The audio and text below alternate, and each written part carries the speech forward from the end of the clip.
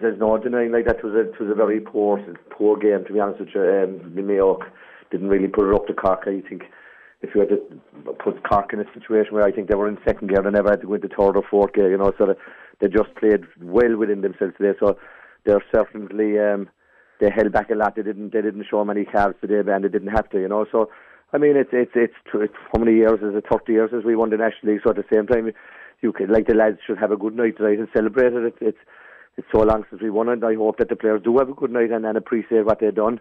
But standard-wise, it wasn't their fault, but it wasn't a competitive match. It just kind of disappeared as the game went on. It just got worse and worse. Yeah, a lot of people were tipping Mayo in the lead up to this game, obviously, after they had a good Division 1 campaign, beat Cork down in Páirc Uí Chaoimh, obviously, 2 weeks ago, but they were very, very poor today. Yeah, I mean, I've watched a good few of their matches on television, and every Sunday there, and they look very lively when they're playing, even away from home in some of their matches. They played very well, and at home, obviously, they played very well, but I don't know, I mean, there's a lot of people have something about Croke Park. Maybe we have a bit of it as well, like when we get there in All-Ireland finals or semi-finals, but certainly Mayo would be the team that have it more than anyone else. They seem just to flop completely when it comes to Croke Park, and I don't know where they go from here. John O'Mahony has his hands full. They'll obviously pick themselves up a bit and go for the Connacht Championship again, but there's definitely something wrong with Mayo and Croke Park. Don't mix up to know any of they don't, Yeah, we spoke to John O'Mahony on last night's show, Dinny. He seemed fairly positive that he was making progress with Mayo, but I think he'll be reassessing that after today. Yeah, I mean, we've all been in situations like playing Kerry. When we were playing the great Kerry team, we always went into Munster finals, believe it or not. We always went into them believing that we had improved and that we were going to rattle them, and then we were always put back in our box a bit and then come away scratching our heads with kind of after losing by 8 or 9 points or something like that, So, like, you just can't crawl into a hole and stay in there, and Mayo can't either. I mean, as a matter of fact, looking back in the last 20 or 30 years, I'd say in the All-Ireland that we played ourselves against them in 89, we got through by the skin of our teeth, and that time, like, Mayo were quite happy with the way they played, and rightly so, but they haven't really put in a performance like that since they played against us that long ago, Mm-hmm. Yeah, no. From a Cork perspective, Dinny, there were 8 changes today for the starting 15 from the team that started the All Ireland final against Kerry last September. They won today at a canter without so many big players as well. No Graham Canty, no Anthony Lynch, no John Miskela as well. So I mean, Conor Coonan is going to be quite satisfied coming out from Croke Park this evening. He is definitely. I mean, like the fellas that came in the backline looked very comfortable altogether. Aidan Walsh had a great game in the middle of the field, and the forwards were able to score at will. But like at this stage, without trying to put pressure on Graham Canty or the rest of the lads there, like they didn't look any. They didn't look any. Certainly weakened by missing the lads. But I know few will have to come back, I suppose. But they certainly didn't look weak today without those guys. But like looking at all the county teams that we've played in the last kind of say 2 or 3 months, Cork certainly have an abundance of talent in the forward line. Every other county, I feel, even today, if you looked at Down and Armagh as well, they all have about 3 or 4 forwards, but that's it. They're lacking. Mayo today as well, and Dublin and Kerry are kind of lacking a few at the moment. But I know they'll improve, and that's all. But Cork look like they have about 8 or 9 quality forwards that they can slip in and out, and you need those as well. I mean, but the rest of the counties, as I say, they seem to be struggling with forwards, and they might have 3 quality fellas, but they seem to be struggling for another 3 then, Yeah, no, we've seen a lot of new faces in this league campaign for Cork, Dinny. I suppose the 2 main guys from the back line from today anyway were Jamie O'Sullivan from Bishopstown, and Owen Cotter has played very well as well in the league. Owen Cotter from Douglas. These guys, are they genuine contenders for starting berths in the Championship? Well, I mean, like, I haven't seen enough of them, to be honest with you. I mean, I've seen a few league matches, as I say, and today wasn't a test. I mean, what was put up against them is not their fault. They just played the way what's put up against you perform against, and it wasn't put up to them today. But like I mean, the fellas like the Conor Coonans of this world, and the selectors will have to see in training.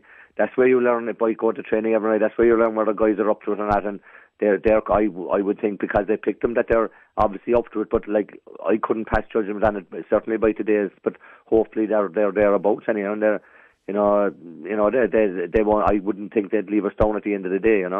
Yeah, one guy who certainly is a contender for a championship place, Dinny, is Aidan Walsh. A great performance from him today. Well, Aidan Walsh today, I mean, I have only seen him playing for 20 minutes or something like that. I mean, up to now, and I mean, he looks like today that he was playing all the time. I mean, he was getting on the ball an awful lot in the first half, second half as well, but mainly in the first half, and like getting on the ball for free kicks and taking the free kicks and taking responsibility. Like normally when a fella starts in the game, he kind of would shy away from that and keep a low profile, but he didn't.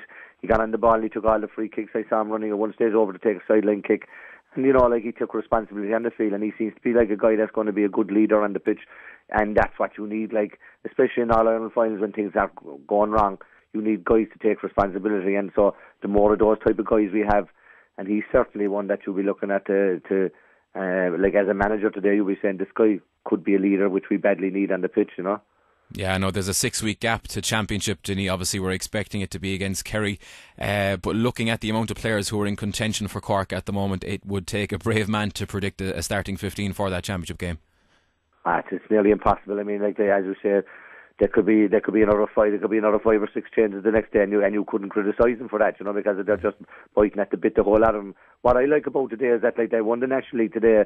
It's not the greatest thing that ever happened to them, I know, because of the way the game filtered out. They have a National League under their belt now, which you don't get them too often in your career, you know what I mean? So, like, they obviously are relishing it at this stage tonight, but they can walk away knowing that the big one is to come. They're not kind of saying to themselves, oh yeah, we have our job done for the year. You know, by the way they walked off them, their body language was, you know, it's just fairly laid back. So they're like, this was the secondary competition to them today, and which is a good sign, and they'll build up for the championship, and that's what they, after losing the All-Ireland last year, they know that that's the one that Cork people will talk about at the end of the year. They won't talk about today, you know. Yeah, and it is, as I said, 6 weeks to the start of championship. Now, Dinny, I mean, Cork, looking at them at the moment, in comparison to the contenders, Kerry, Tyrone, Dublin, whoever else you have, I mean, Cork are going to have to go into this championship as strong favourites, and it will be, I mean, I think I'm not going over the top to say that it would be a disaster if Cork don't win in All-Ireland.